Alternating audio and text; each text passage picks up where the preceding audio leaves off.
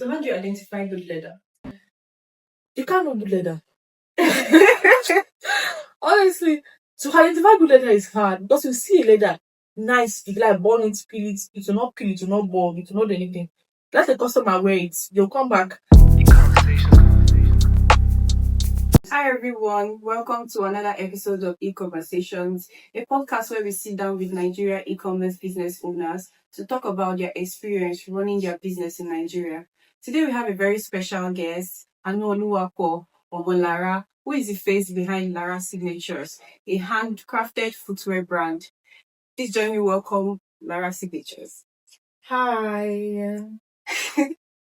Okay, so for those who don't know you, can you tell us more about your brand and the amazing thing you do at Lara Signatures?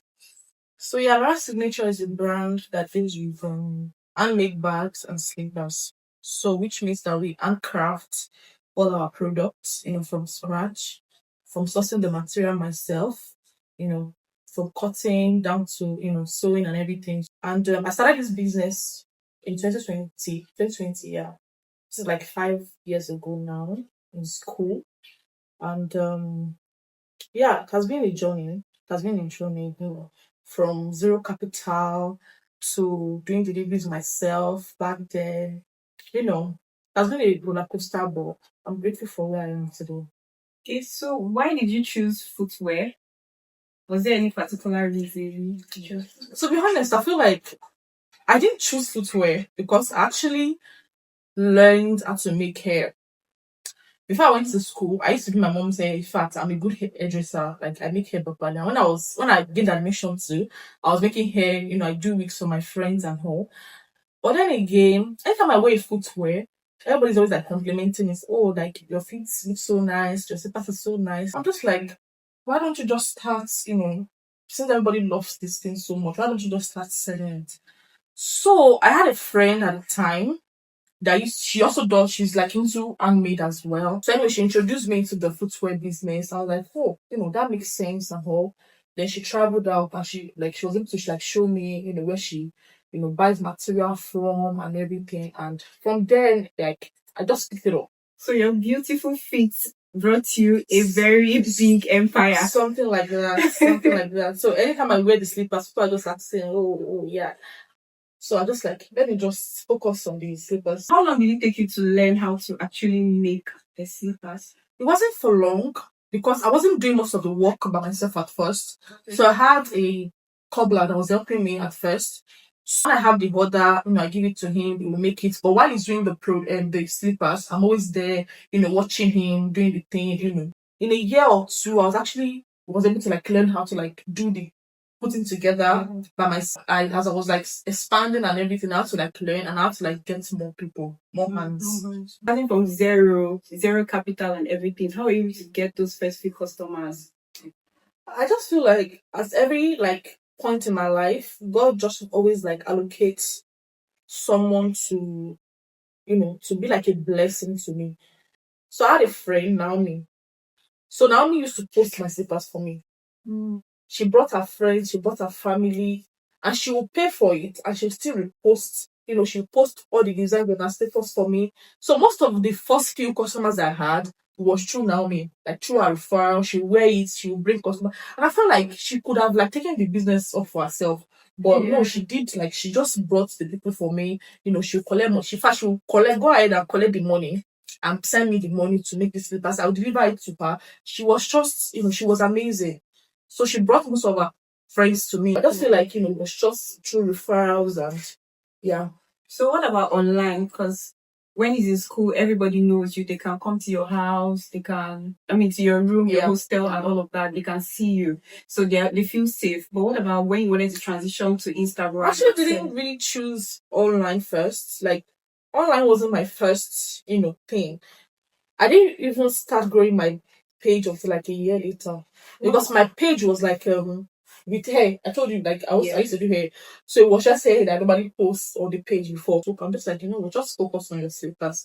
To be honest, getting customers on Instagram as a first, as a small business. I'm still a small business, but I can tell you at the time when I just had 200 followers, 500 was hard. I paid for Instagram ads. In fact, me and Instagram, I paid money. I know what it's still another thing when you pay for ads and it doesn't yield. But I paid for ads, so I was able to like get few of my few customers at the time. But the money I paid was more than what I was getting. But I kept pushing anyway. And like, brand just kept growing through the ads, people were following and all of those things, yeah. Okay, so at what point will you say that your business started to pick up on Instagram? Did you do anything extra like influencing, get an influencer or something? Nope. I've never used any influencer. Never. So it was just solely the ads that made your business. Ads, and then I was posting every day. In fact, I focused on my business more than I focused on education. I was posting every single day. I did not give up. And there was a day that my post just went viral.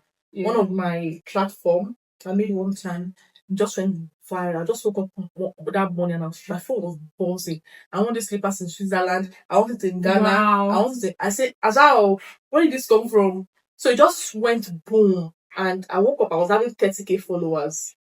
I was like, what? Just my leg. That platform changed my life. People were picking up the platform. My page has always been on Explore, from there. Anytime I post, it's just always on Explore. And people always saying, oh, I want it on Twitter.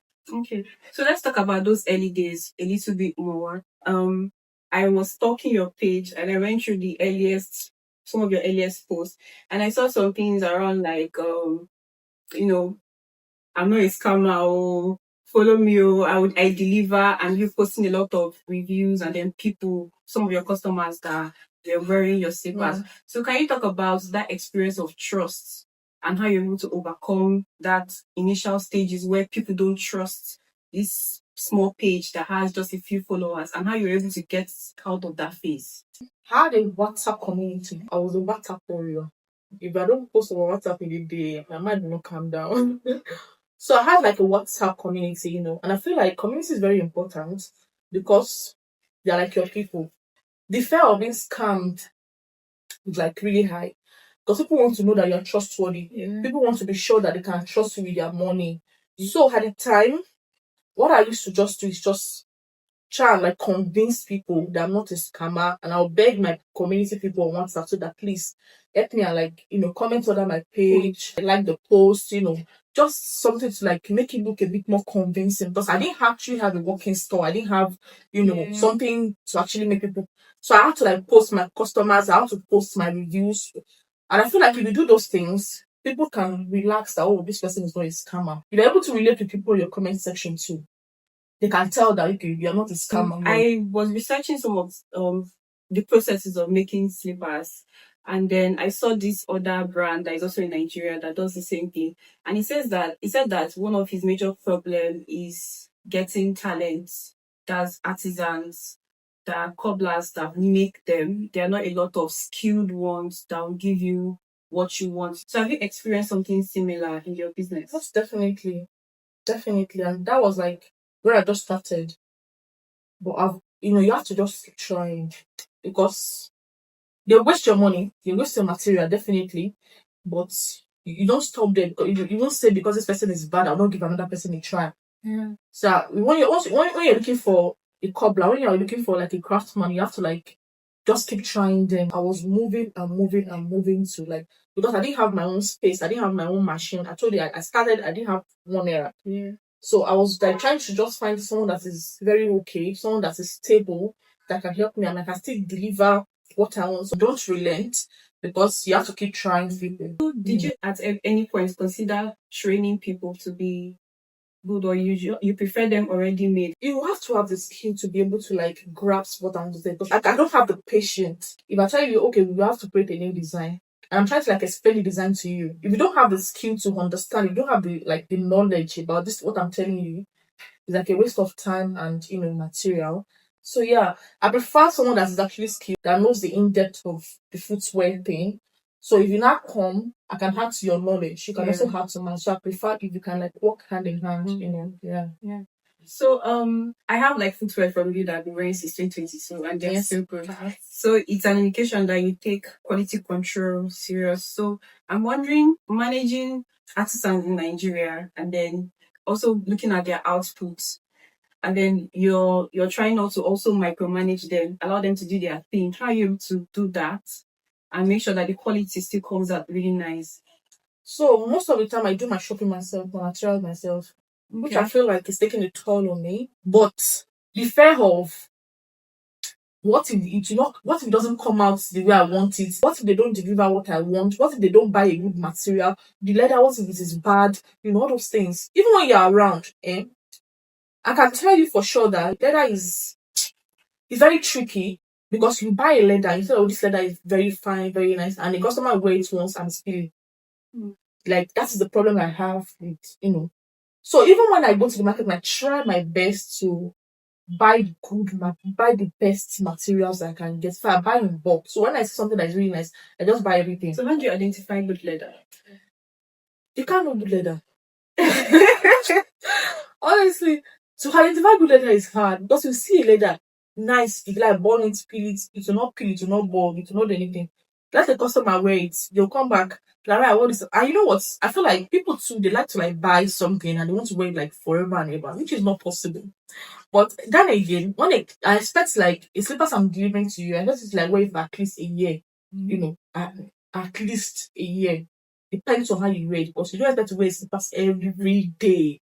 And you expect it to be like intact for a year. It's not possible. Right now, how many artisans does it take to manage Lara's signature? Currently now, at my Surulere branch, so I'm counting my riders, I have 14. Oh. Yeah. And in my Kwara branch, I have 4 people. I have 2 girls that pay salary too. So if I'm not at work, they're the one that pack the order, attend to customer. So my girls, my riders, my cobblers, obviously, and then the people that clean, that's all. When I ordered first time in 2022 and I ordered again this year, I noticed that you still take orders manually, and I look at the overwhelming amount of orders that you take. How are you able to stay on top of it? It is crazy. I am dying. I feel like one of the issues that I'm having currently, this is like one of the major, like the top one, but I want to actually switch to, taking order or, using websites and all those Yes. things. It is not easy, I would say, but I feel like handmade is very tricky because even as I'm taking the order manually, there are still few mistakes, and I don't want to like disappoint my customer. But then people have different type of feet when it comes to handmade. There's slim fit, there's wide fit, there's. And we have lots of people that don't even know these things. They don't even know the size they wear. If you ask somebody that what size are you wearing, they say 41. Meanwhile, by the time they measure their feet, they're wearing 39. Hmm. So the issue is crazy, to be honest. Let's say I place an order now. What processes are involved in this your manual method? So could you just walk us through to the point that I get my order in my house delivered? So how do you track all of them? My phone, I use my iPad as well. So when you make your order, Instagram has helped in a way that you can you can divide orders. If you're using like a business Instagram, there's page, there's shipped, there's ordered, there are like 5 of them. So when someone pays just now, I'll just like put your name under ordered or paid. Yeah, paid. So once you start your production and everything, I'll just like keep moving it. Once you start your production, I'll put it on ordered. So when I ship your order, I put it on shipped. Do you get it? I feel like that's the one thing that I'm grateful for, like for Instagram, update. Yeah. So like how do you now manage the styles? Because I know myself, I have like over 10 styles. So when you send your order, I have names for each. I don't put the names on my page, Yeah. but I have names for each of my platform. Oh, and over time, this gets easy. It doesn't get easy. Because when you do sales, that's when it's crazy. Yeah. And you also do wholesale as well. So for a long time, you stayed behind the scenes. I had not seen your face until you posted one picture where you had like this makeup, really nice makeup on years ago. I don't know if you can remember. But like nowadays you're starting to post yourself more and you're talking about being in the forefront of your business. Is there anything that influenced that decision? To be honest with you, I feel like most people are creating content this year. I'm just following crowd. I'm just following crowd, but apart from that, I feel like, people that are buying from me, they deserve to know who they're buying from as well. So I'm not just always like a ghost behind my brand. Yeah. I love to like show people that, and most times too, even if you have 100 followers, they'll still be asking you, are you a scammer? Because when Mm. they see your page and they don't see any, You still get that question. of course, even till now, Are you experiencing any sort of resistance when you do this? Like of it's course, hard. of course. I'm not really a camera person, so I'm just trying to like get over it. Obviously, just post it anyway, regardless of how it is. Just post it. In your opinion, do you think that it's important to actually do all of this kind of stuff, like having founders content out there? I feel like there are advantages and disadvantages. I read an interview basically of a guy. So he was always posting himself and stuff like that, just for people to trust him. And he was kidnapped. He's the face of a brand. Obviously, they think he has money and stuff like that. Because I was wondering, your business is already 5 years. You celebrated 5 years last year, and so far you've been able to grow the business to a point where without even being at the forefront. So I was kind of puzzled, like what exactly is causing you to now reflect and decide that okay, I feel like people they enjoy content. content and They enjoy lifestyle. yeah, exactly. They enjoy fun things too now, I'm just like, okay, maybe if that can bring more engagement to my page, I don't mind. Why not? What do you think about Instagram for business? It has its own upside and downside. Instagram for business is actually good. You make money on Instagram, but when Instagram decided to deal with you, you'll be praying to God. You have to pay. There's nothing you can do. You just have to pay Instagram to like put your business out there. You have to pay for advertisements. You have to pay for the boutique. You have to, just so it's like imagine waking up one day so Instagram has taken down your page. Yeah. So like some people, I've seen like a couple of business owners talk about having a directory of some kind where you save your customers' details in case any of this happens. So maybe their contacts and their names, so that if any of this happens, you just send maybe a bulk SMS and something like that. What do you think about that? I think it's a very good idea. If I was operating like on a more advanced, because I would do that. all those things are like automated. Exactly. Once you just send it once, like everybody receives it. You've been using Instagram since like 2020, 2021, and this 2026. What will you say have changed recently that you like and the ones you don't like? I think it's always the setting. They always just change. It's annoying. Always changing everything every day. They will say there's an upgrade, and before you know it, they have moved your general to, you moved your primary. They just mess things up a whole lot. They've made some good upgrades so that are actually good for business, but there's some too that they have changed that was a bit stressful, but I still adjusted to it. Yeah. Because the last guest I had, she talked about visibility. That before, if you post on Instagram, a lot of your followers are seeing it and all of that. But these days, you have to do extra before you get that kind of visibility. You have to work extra. From the beginning of this year, the engagement has been extremely low compared to what I had last year. Imagine you posting one thing, you're having 223k views. All of a sudden, you post that thing again and you're having 1,000 views. You're having 3,000 views. It is annoying, to be honest. It is really sad. And even at the time, when you pay for your boutique, you put your page everywhere. Like, you don't even have to do ads. I don't remember the last time I did ads. I had to do ads. Nobody tell me. I have to pay for. What do you think is the hardest thing about running a business in Nigeria? A lot. By the time you start thinking about the cost, the bills, and everything, and government is not helping.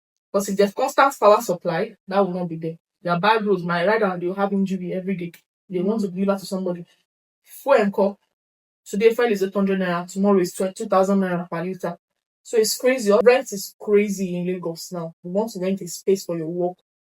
They should help us and look into this. The tax too. They should help us and reduce tax because the tax is crazy. So for the final question, what does the future of Lara Signature look like? What can we be expecting for you? I'm going to diversify into other things. Alright, so we'll just do like rapid fire question. Don't need to think hard for it. I'll just be asking you. So which one is harder, finding customers or finding good artisans? Good artisans. If you could choose one to sell either wholesale completely or retail completely, which one would you choose? Wholesale. Do you think in 2026 Instagram alone is still enough to grow a brand? Nope. What else do you need? You have to expand, put out your brands into more, other platforms, like, showcase yourself on other platforms. So what advice will you give somebody starting a similar business? Be consistent, honest. Customer service too is is there. You can't be perfect, but you can try. Because I have plenty returning customers, people that have been buying from me for years, Yeah. and they keep coming back. In that customer service thing, have you ever experienced like a very bad review or something that you had to? You have not checked TikTok. Hey, that's what I saw one on mentioned. Twitter.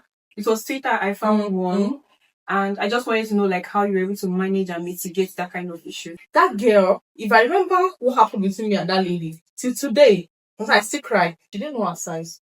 I made the slippers for her and size she requested. She said it was big, that she doesn't want to stand this, and what can we do about it? She called me that day. I was packing orders, that she was just shouting and haranguing. Yeah, just like, can you just hold them? Then I ended the call. Then she went on Twitter. I know when that day I made bastard money. She was dragging even past entering my DM. That I want that slippers. That slippers that she's complaining about. Go. That's the one I want. So my name is Lara. My brand name is Lara Signature. On Instagram, on TikTok, Lara Signature. We do with handmade bags and slippers.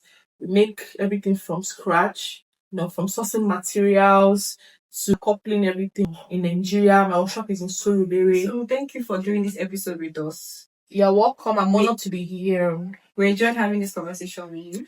I enjoy, relieving things too. Yeah, like pouring your heart out. Yeah. And talking about it and ranting. That's the purpose of e-conversations. I feel better now.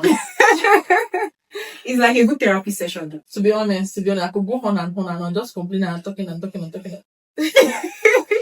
Please follow, patronize like, us, and share. Yeah.